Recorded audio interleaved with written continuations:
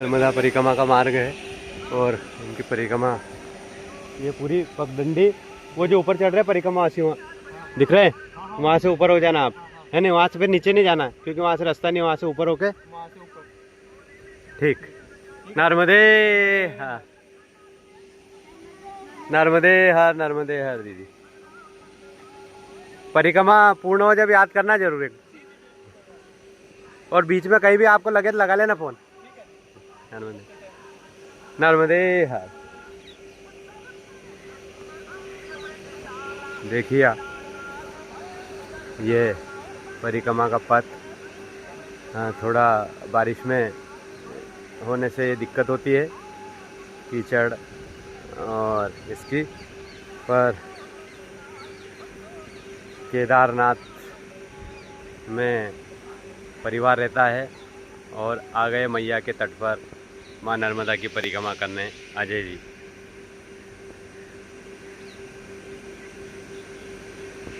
जानेंगे इनसे माँ नर्मदा परिक्रमा पर आप कैसे पहुँचे और माँ के तट पर कैसा अनुभव रहा आपका, ये सारी सुने अजय जी और परिवार के साथ। नर्मदे हर, नर्मदे हर। नर्मदा परिक्रमा प्रारंभ हो चुकी है। नर्मदा परिक्रमा धीरे धीरे हम देख रहे हैं दशहरे के बाद से ही परिक्रमा चल रही है, और देवउठनी एकादशी से जो शास्त्र के अनुसार परिक्रमा प्रारंभ होगी और उस परिक्रमा में कई भक्त एक साथ आएंगे, पर जिसको जैसा समय और माई बुलाए उस मुहूर्त पर परिक्रमावासी माँ नर्मदा के तट पर आ रहे हैं।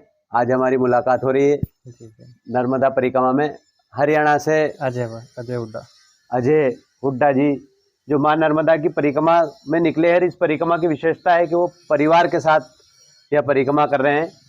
परिवार में आप देख रहे हैं एक 7 साल का लड़का है, 7 साल के नन्हे से परिक्रमावासी। बड़ा सौभाग्य होता है कि इस उम्र में अपने माता पिता के साथ जो नर्मदा परिक्रमा जिसे कहा गया है, हर तीर्थ हर यात्रा से सबसे बड़ी माँ नर्मदा की परिक्रमा होती है। उस परिक्रमा पे आप निकले हैं, तो सबसे पहले परिक्रमा के बारे में मैं आपसे पूछता हूँ कि क्या भाव उत्पन्न हुआ कि हमें परिक्रमा करना चाहिए? देखो जी, अभी लगभग 5 से 6 महीने पहले तक तो हमारे को पता ही नहीं था कि ऐसी कुछ परिक्रमा भी होती है, मतलब अपने देश के अंदर, और माता नर्मदा की भी होती है। फिर मैं केदारनाथ में हमारा होटल का काम है, तो वहाँ पे एक भक्त आया था मेरे पास में दर्शन करने के लिए, तो उसने मेरे को बताया था कि वहाँ पे एमपी के अंदर एक ऐसी माँ नर्मदा की परिक्रमा होती है जो इतनी बड़ी होती है कि भारत में और कोई इससे बड़ी परिक्रमा नहीं है। मैं कहा जी ठीक है, तो वो बोला कि मैं करूँगा ये परिक्रमा। मैं कहा जी ठीक है, कर लेना। तो फिर मैंने भी देखा कि ये कह रहा है, मैं एक बार सर्च करके देखता हूँ। मैंने कई जगह उसका जो डाटा है वो सर्च किया, तो मैंने देखा कि बहुत बड़ी बहुत अच्छी परिक्रमा है ये तो, और इतने सारे लोगों की इतनी व्यवस्थाएं लोग करते हैं, इतने अच्छे से लोग ऑर्गेनाइज करते हैं इस चीज़ को। वो देखा मैंने, उनकी बहुत सारी वीडियोस देखी, सब कुछ देखा, तो अब वो मेरे मन में भी होगा कि मेरे को भी चलना है, मेरे को भी परिक्रमा करनी है। मैंने उस लड़के को भी बोला, मैं कहा भाई मैं भी परिक्रमा करने वाला हूँ, आप बोल रहे थे, वो बोला कि हाँ मैं भी करूँगा। तो वो टाइम पे आ नहीं पाया, उसका शायद बुलावा नहीं आया था अभी तक, और मेरा बुलावा आ चुका था उसके थ्रू। उसने मेरे को मैसेज पास कर दिया, मैंने सभी जगह सर्च कर लिया और मैं आ गया। मैंने प्लान बनाया क्योंकि अभी 23 अक्टूबर को बाबा के कपाट बंद हो गए केदारनाथ में, तो अपना होटल अभी अगले साल ही जब स्टार्ट होएगा दोबारा केदारनाथ तो ओपन होएगा, तो जब तक के लिए हम फ्री थे। तो अभी सोचा कि क्यों ना परिक्रमा ही की जाए। तो उसके बाद मैं अपनी फैमिली के साथ में और माता पिता से बात करके परमिशन लेकर और यहाँ पर आ गया अपनी परिक्रमा के लिए। बस इतना ही था वह स्टार्टिंग में मेरे पास में जो पता चला मेरे को, और आगे अब माता जो दिखाएगी वैसे है। जैसे कहा गया है महाकाल की बेटी नर्मदा माई है, तो आप बाबा केदार के नगरी में थे और नर्मदा जी का यूं कहें एक संदेश आपको आया कि माई को आपको माँ नर्मदा के तट पर बुलाना था। जी जिसने कहा, जिसने संदेश दिया वो नहीं आ पाए, पर माई की इच्छा थी आप आए।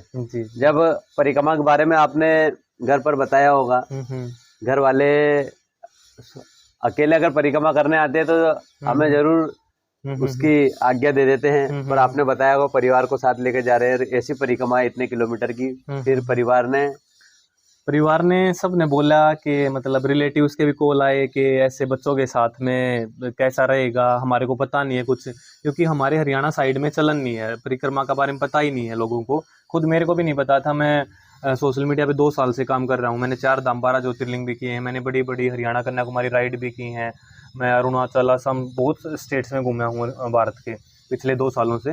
लेकिन पता मेरे जैसे लोग को भी नहीं पता था जो इतना घूम रहा है। तो जो गांव में रहते हैं नॉर्मल आदमी है, वहाँ पे खेती बाड़ी करते हैं, उनको कैसे पता होगा। तो फिर भी ये है, मैंने समझाया उनको, बताया कि ऐसे 3-4 महीने में हो जाएगा, वैसे कोई प्रॉब्लम है नहीं। थोड़ी बहुत उनको भी दिखाया वीडियो वगैरह, तो बोले कि ठीक है देख लो। फिर भी वो हिचक रहे थे, फिर भी आते आते टाइम भी ना उनके मन में थोड़ा सा भय था। पर अभी देखो, अभी तो हम बता रहे हैं, डेली बात हो रही है कि सब ठीक है, सब बढ़िया है, तो वो भी थोड़े कंफर्टेबल हो गए हैं। अभी कोई प्रॉब्लम नहीं। कितने तारीख को प्रारंभ हुई थी परिक्रमा आपकी? हमारी हुई थी 26 अक्टूबर को ना, 25 अक्टूबर को सुबह 11 बजे के आसपास हमने स्टार्ट किया था ओमकारेश्वर से। 24 को ओमकारेश्वर आना हो। जी जी। तो ओमकारेश्वर में पूछा होगा पहले, जब पहली बार आए हो परिक्रमा में क्या क्या करना पड़ता है, क्या होगा अपन? नहीं, ज़्यादातर तो हमने वीडियो देख ली थी सभी चीज़ों के बारे में। जी। और फिर भी वहाँ पे हॉल के अंदर जो बाबा गजानंद आश्रम है, हाँ, वहाँ पे हॉल के अंदर बहुत सारे आपको श्रद्धालु परिक्रमा मिल जाएंगे, परिक्रमावासी मिल जाएंगे, वहीं जिन्होंने रुकते पहले हैं। भी कर रखी है और जो भी करने लग रहे हैं।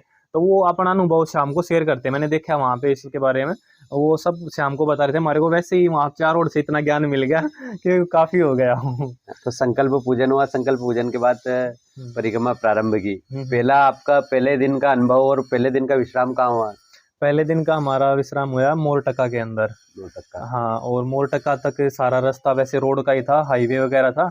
तो पहले दिन तो मेरे को ये लगा कि ऐसे रोड पे से घूमना है तो आदमी कहीं भी घूम सकता है, ये रोड का तो मेरे को गलत लगा। थोड़ा हाँ, ऐसा लगा। हाँ लगा मेरे को। लेकिन फिर मेरे को पता चला कि रोड से नहीं, हम नदी के घाट जो माता दूसरे दिवस में घाट है वो भी कर किनारे सकते थे। किनारे से आप हाँ, कर सकते आली थे। बुजुर्ग से टोकसर हाँ। पूरा मैया के तट के किनारे मैया का दर्शन होता रहता है। तो जी जी। परिक्रमावासी को एक अलग ही ऊर्जा महसूस होती है माई के दर्शन में। उससे क्या होता है कि थोड़ा फील होता है, स्पिरिचुअल अनुभव होता है उस चीज़ से। और बाकी पहले दिन का अनुभव बहुत बढ़िया रहा, बहुत ही आराम से यात्रा होगी और कोई ऐसे प्रॉब्लम नहीं लगी हमारे को। बस ये है कि अभी 2 दिन के बाद में और आनंद आने लग गया। तो पहले 2 दिन तो लगा कि वजन के साथ में कभी इतना एक्सपीरियंस था नहीं, वजन इतना लेकर कंधे पे लगातार इतना चलना। लेकिन कल अच्छा लगा, 2-3 दिन के बाद कल अच्छा लगा। आज तीसरे दिवस का विश्राम यहाँ था रावेर में। जी जी। दीदी, आपको कैसा लगा? क्योंकि जब हम बाहर जितने भी तीर्थ में घूमने जाते हैं तो गाड़ियों से जाते हैं, अपनी सारी तमाम सुख सुविधाएं हमारे को मिलती है वहाँ पर ये माँ नर्मदा के तट पर, माँ नर्मदा के पथ पर आप कैसा महसूस कर रहे हैं नर्मदा परिक्रमा? बहुत अच्छा अनुभव हो रहा है मेरा तो यहाँ पे आने के बाद, क्योंकि पैदल चलना एक अपने तरीके से ही वो होता है, माँ से जुड़ना होता है। क्योंकि हम सुविधा तो वैसे गाड़ी से भी बस से भी हो रही थी, यहाँ पे भी कर रहे हैं लोग, बाइक से भी कर रहे हैं। लेकिन जो एक बिल्कुल स्पिरिचुअल वे होता है ना माँ से जुड़ने का, वो पैदल यात्रा ही होती है। जी। अनुभव तो ये है, देखो अब हम लग्जरी लाइफ जीते हैं, कंफर्ट में रहते हैं, तो एकदम से ऐसे पैदल चलेंगे, वजन उठा के चलेंगे, थोड़ा कष्ट तो होगा जी। लेकिन उसकी आदत हो जाती है फिर। और कष्ट में ही कहते हैं ईश्वर की प्राप्ति होती है। हाँ। जितना हमारा तप होगा उतने हमारी ईश्वरीय अनुभूतियां हमारे को देखने को मिलती हैं। और नर्मदा परिक्रमा तो बताया गया है कि आप जो हिमालय के संत हैं जी। वो भी जब नर्मदा तट के संत जाते हैं तो वो कहते हैं आपको कहीं जाने की जरूरत नहीं है। तप की भूमि है, अध्यात्म की भूमि है, यहाँ देवताओं को प्रसन्न करना है तो माँ नर्मदा के तट पर आइए, आप साधना कीजिए। वैसा है तट और पथ है, इस पर आप निरंतर चलें। आपको कैसा लग रहा है नर्मदा तट? अच्छा। पैदल चलने में परेशानी तो नहीं हो रही? इसको रास्ते में बहुत सारी चीजें मिल रही हैं खाने के लिए, सभी दे रहे हैं बच्चा देख करके, तो इसको तो आनंद आ रहा है, खाता पीता चल रहा है, बच्चे मिल रहे हैं, खेल रहे हैं। कौन सी क्लास में पढ़ते थे आप? फर्स्ट। फिर अब स्कूल? अभी स्कूल वो में मेरी मम्मी पढ़ा देती है, स्कूल में पेपर देने ही जाता हूँ। अच्छा, तो परिक्रमा के बाद वापस स्कूल जाना है ना? और अभी नर्मदे हर के जयकारे लगाते हैं कि नहीं रास्ते में? क्या? परिक्रमा में नर्मदे हर बोलते हैं? हाँ। कैसे? एक बार नर्मदे हर जी। बहुत ही देखिए, माँ नर्मदा की परिक्रमा के बारे में कई लोग जानते हैं और सोचते भी है कि हमें माँ नर्मदा की परिक्रमा करना है। मैं भी देख रहा हूँ, मेरे साथ में कई टीचर लोग हैं वो कहते हैं हमें परिक्रमा करनी है पर छुट्टी नहीं मिलेगी। और मैं भी एक शिक्षक हूँ और मैं भी मैया से प्रार्थना करता था कि मैया मुझे आपकी परिक्रमा करना है। तो जो कोरोना का लॉकडाउन हुआ था उस समय स्कूल बंद थे, उस समय मैंने 82 दिनों में नर्मदा परिक्रमा की। तो माई के तट पर, माई के पथ पर वही लोग आते हैं जिनको माँ बुलाती है। कई लोग सोचते हैं, कई लोग मैया के तट पर आ भी जाते हैं, आधी परिक्रमा में 2, 4, 6 दिन में वापस घर चले जाते हैं। तो माँ नर्मदा के इस तट पर, माँ नर्मदा के इस पथ पर आपको एक संदेश आया और आप माँ नर्मदा की परिक्रमा को आ भी गए। 3 दिन से आपकी परिक्रमा चल ही रही है। माँ की कृपा एवं आशीर्वाद से आपकी परिक्रमा पूर्ण होगी। और मैया जी जो जानता है उसको तो फिर भी कुछ ना कुछ उसकी परीक्षा लेती है, पर आप एकदम बिल्कुल एक संदेश पर माई के तट पर आए हैं तो निर्विघ्न आपकी परिक्रमा पूर्ण होगी। आप तट पर चल रहे हैं तो नर्मदा भक्त जो परिक्रमा से चल रहे हैं इनको भी कुछ संदेश क्या देखा आपने नर्मदा तट पे परिक्रमा के दौरान? परिक्रमा के दौरान जी सबसे पहले तो जो अभी तक मेरा 3 दिनों का अनुभव रहा ना, यहाँ के लोग बहुत अच्छे हैं जी। मतलब इतना सपोर्ट करते हैं सभी। अगर हम किसी रास्ते से गलत आगे बढ़ रहे हैं, अगर दूसरा रास्ता भटक रहे हैं तो वो भागे भागे आएंगे, नहीं नहीं ये रास्ता है भगत जी, ये रास्ता है, तो वो अच्छे रास्ते पे लेके जाएंगे। दूसरी बात ये है कि ये देखे साथ में बच्चा है, बच्चे के लिए खाने का, दूध का, फल फ्रूट का, मतलब ना पिछले 2-3 दिन से इतना फल फ्रूट और खाना वगैरह इसको मिल रहा है जितना इसको घर पे मिल रहा था। मतलब किसी भी चीज़ की ये नहीं कि अगर आप बच्चे के साथ में रहे हो तो आपको पोषण वगैरह बच्चे का किसी चीज़ में प्रॉब्लम आएगी, वो चीज़ भी बिल्कुल नहीं है। तीसरी बात ये है कि लोग यहाँ के मतलब अपना जो है अपने जीवन का व्यापन इस तरीके से कर रहे हैं, जो श्रद्धालु भक्त गुजर रहे हैं उनकी सेवा करने के लिए, कोई रास्ते में चाय लेके खड़ा है, कोई रास्ते के अंदर उनके लिए लस्सी लेकर के खड़ा है। मतलब ऐसे ऐसे लोगों के भाव हैं कि मैं बता नहीं सकता आपको, वो वर्ड्स के अंदर से वो बातें एक्सप्लेन नहीं कर पाऊंगा। अभी तो मेरे को 3 ही दिन हुए हैं, आगे पता नहीं माता क्या क्या दिखाएगी। अभी 3 दिन के अंदर इतना फील हुआ है मेरे को कि बहुत ही ज़्यादा, और अभी बिल्कुल स्पिरिचुअल फीलिंग है अंदर से कि बहुत अच्छा लग रहा है। सेवा का ये भाव, ये जैसे अभी तो आप नर्मदा तट के गांव पे चल रहे हैं, यहाँ समृद्ध किसान है, खुशहाल किसान है, पर इस नर्मदा परिक्रमा में एक पड़ाव ऐसा भी आएगा जब आप खरगोन के बाद बड़वानी में प्रवेश करेंगे तो वहाँ आती है शूलपानी की झाड़ियाँ। पूरा पहाड़ी क्षेत्र आ जाएगा, जैसे उत्तराखंड आप देख लीजिए, पूरा पहाड़ी क्षेत्र है, वहाँ पूरे आदिवासी लोग निवासरत है। साधन का अभाव है, बिजली है नहीं, सौर ऊर्जा से वहाँ की लाइटें चलती है, गाय और दूध की कमी है। उस क्षेत्र में जो स्वयं के लिए दाना पानी मुश्किल है, वहाँ पर वो आदिवासी भाई इस प्रकार से सेवा करते हैं। तो वहाँ हमें लगता है कि ये जो दुनिया चकाचौंध है, दुनिया की चकाचौंध सब बेकार है। जिसके पास स्वयं का खाने का नहीं है वो परिक्रमा वासियों को खिला रहा है। वो उसका भाव आपको जब आप वो बड़वानी के क्षेत्र में जाएंगे तो वहाँ जाके पता चलेगा कि ये जो हमारी भारत भूमि है और इसमें कहा गया है कि सेवा ही जीवन है। तो सेवा का एक भाव आपको वहाँ देखने को मिलेगा परिक्रमा में। जी बिल्कुल, मेरे को अभी भी लग रहा है कि यहाँ पे लोग इतना सपोर्ट कर रहे हैं, इतना अच्छे तरीके से हर एक बात समझा रहे हैं प्यार से, मतलब बहुत ही अलग है। मेरे को ये लग रहा है कि इस परिक्रमा में जो सबसे मेन मेरे को मिलेगा ना, वो मिलेगा पेशेंस। कि पेशेंस रखोगे तो सब हो जाएगा, पेशेंस नहीं रखोगे तो नहीं हो पाएगा कुछ भी, क्योंकि हर कदम के साथ में पेशेंस जरूरी है कि थोड़ा सा और थोड़ा सा और थोड़ा सा और ऐसे करते करते सब हो जाएगा। जी रुक जाओ बेटे थोड़ी देर। नर्मदा परिक्रमा में शूलपानी के बाद फिर आप गुजरात में पहुंचते हैं। जी और गुजरात में भी जो भाव मध्य प्रदेश में है परिक्रमावासियों की सेवा का, गुजरात जाने के बाद क्या है, गुजरात आर्थिक राजधानी है तो वहाँ बड़े बड़े आश्रम आपको मिलेंगे। बड़े बड़े आश्रम हैं, सेवा भी होगी। पर मध्य प्रदेश और जो शूलपानी है, शूलपानी ही ऐसा हिस्सा है जहाँ परिक्रमावासियों को यही भाव रहता है कि क्या व्यवस्था रहेगी, पर वो आदिवासियों के घर ही परिक्रमावासी का निवास रहता है। बड़े बड़े पहाड़ों में सेवा का उनका भाव, उनके पास जो भी है वो परिक्रमावासी को बड़ी श्रद्धा से अर्पित करते हैं। इससे पहले आज से 30 साल पहले वही शूलपानी में लूट लेते थे लोगों। हाँ, सुना था, मैंने भी सुना उसको जब देखते थे तो पहली बार जब परिक्रमा करते तो हमारे मन में भी यही रहता है कि लूट लेंगे। पर मुझे एक संत ने कहा था कि इस उम्र में माँ नर्मदा परिक्रमा करने का अवसर माँ ने दिया है तो शूलपानी से जाना। शूलपानी माँ का हृदय स्थल है और शूलपानी में आप नहीं पहुंचे तो आपने नर्मदा परिक्रमा में कुछ नहीं देखा। पूरी परिक्रमा का जो हृदय से हम माँ को छूते हैं, माँ को एहसास करते हैं, वो स्थान है शूलपाणी। तो आप भी शूलपाणी से जब निकले। जी जी, हम तो जी देखो बिल्कुल ना उस भाव से आए हैं, जो लेगा हम खुशी खुशी दे देंगे।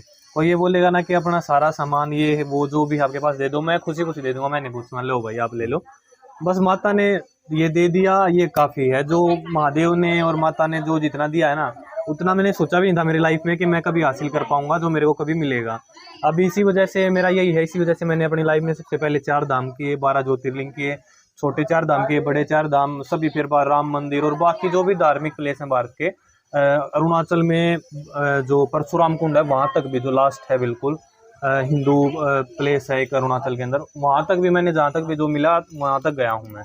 और आगे भी मेरा यही भाव है, जहाँ पे भी जो मेरे को पता चल जाता है, जैसे यहाँ परिक्रमा का पता चला तो मैं यहाँ पे आ गया, आगे भी ऐसा ही पता चलता रहेगा, वहीं पे मैं जाता रहूँगा, बस भाव ये है।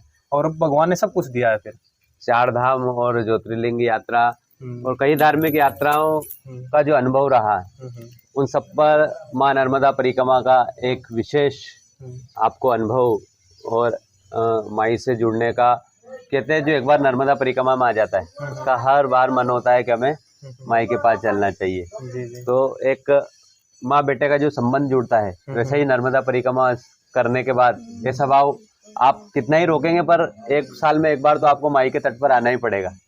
ऐसा लगाव आपको परिक्रमा के बाद होगा माँ से। देखते हैं जी, बाकी मेरा लगाव बहुत जल्दी हो जाता है ऐसा भी, ऐसे जगहों पे जाने के बाद ना जाने का मन नहीं करता। और मेरा अभी भी बिल्कुल यहाँ पे ये नहीं है 1% भी, जैसे किसी नई प्लेस पे जाते हैं ना कि वहाँ पे मन नहीं लगता या फिर अजीब सा कुछ लगता है, लेकिन यहाँ पे ऐसा कुछ नहीं लग रहा है। यहाँ पे ऐसा लग रहा है जैसे मैं अपने घर में ही हूँ। पता नहीं मेरे को मन से ऐसा भाव आ रहा है कि मेरे को कोई ना कोई अनकंफर्टेबल हूँ, ना कोई परेशानी है, बिल्कुल ऐसा लग रहा है जैसे मैं अपने घर में ही चल रहा हूँ, घर में इधर एक कमरे से दूसरे कमरे में टहल रहा हूँ, बस ऐसा भाव है। यही भाव होना चाहिए जब हम निकले हैं, पथ पे निकले, नर्मदा तट पे निकले हैं, तो यहाँ जो मिलेगा वो माई की कृपा से मिलेगा। जी जी, असुविधा भी होगी तो सोचे कि माई की परीक्षा है, तो इस तट पर, इस पथ पर हमारे सोचने से कुछ भी नहीं होगा, आगे आगे जो भी होगा माई की इच्छा से, माई जो चाहती है वो होते चले जाएगा। और अभी आप यहाँ से गुजरात के बाद सागर जब पार करेंगे, रत्ना सागर, वहाँ भी एक अलग ही अनुभव होता है। जब नौका में हम बैठते 4 से 5 घंटे और सागर की लहरें, हिलोरे, तो ऐसा लगता है जैसे बहुत सागर को हम पार कर रहे हैं। ऐसे कई अनुभव नर्मदा परिक्रमा में आपको होंगे। आपकी परिक्रमा माई की कृपा से, माई के आशीर्वाद से पूर्ण हो। मात श्री नर्मदे हर। और एक संदेश और परिक्रमा में, जब आपका भी मैं देख रहा इंस्टाग्राम पेज है, उस पर आपके वीडियो काफी चल रहे हैं, तो नर्मदा तट से नर्मदा परिक्रमा के माध्यम से एक संदेश भी आप देते जाएं कि नर्मदा परिक्रमा वासी के साथ साथ नर्मदा तट पर रहने वाले गांव, नगर, शहर माई के इस आंचल को स्वच्छ एवं निर्मल बनाकर रखे। माँ नर्मदा के तट पर स्वच्छता बनाकर रखना हमारा दायित्व है। कि पूजन तो हम करेंगे, पर इससे बड़ी पूजा है माई के तट पर हम स्वच्छता का संदेश दें। क्योंकि जो आ रहा है पूजन के साथ कई हम पॉलीथीन लेकर जाते हैं, अन्य वेस्टेज कचरा है, पूजा करके सभी तटों पर छोड़ जाते हैं। तो पूजन से जरूरी है माई के तट की स्वच्छता। इस तरह का संदेश भी आप दें कि हमें पूजा करे ना करे, पर आप माई के तट की अगर 10 मिनट स्वच्छता का काम करेंगे तो वो सबसे बड़ी पूजा है। माई के आंचल को स्वच्छ व निर्मल रखें, क्योंकि नर्मदा है तो जीवन है। जी जी जी, बिल्कुल। मैं भी आगे से मतलब अपनी बहुत सारी वीडियो में कोशिश करूंगा लोगों तक आपका ये संदेश पहुंचाने की। और वैसे बहुत ही अच्छा संदेश है। मैं तो चाहता हूँ कि भारत की हर एक नदी, हर एक हमारी हमारे सारे जो नदियां हैं हमारे देश की, वो पूजनीय हैं। गंगा, यमुना, सरस्वती, कावेरी, जितनी भी हैं सब पूजनीय है हमारे देश के अंदर। सभी गौ माता के रूप में माना जाता है। और मैं चाहता हूँ अगर आप उन गौ माता मानते हैं तो उनकी सफाई भी रखना बहुत जरूरी, उनको साफ सुंदर, जैसे आप अपने घर में अपनी माता को रिस्पेक्ट देते हो वैसे रखो। तो यही मैं यहाँ पे भी गुजारिश करता हूँ और अपनी बहुत सारी वीडियो में लोगों को अपील भी करूंगा। अभी मैं आपके बोलने के बाद में नर्मदे नर्मदे हर नर्मदे।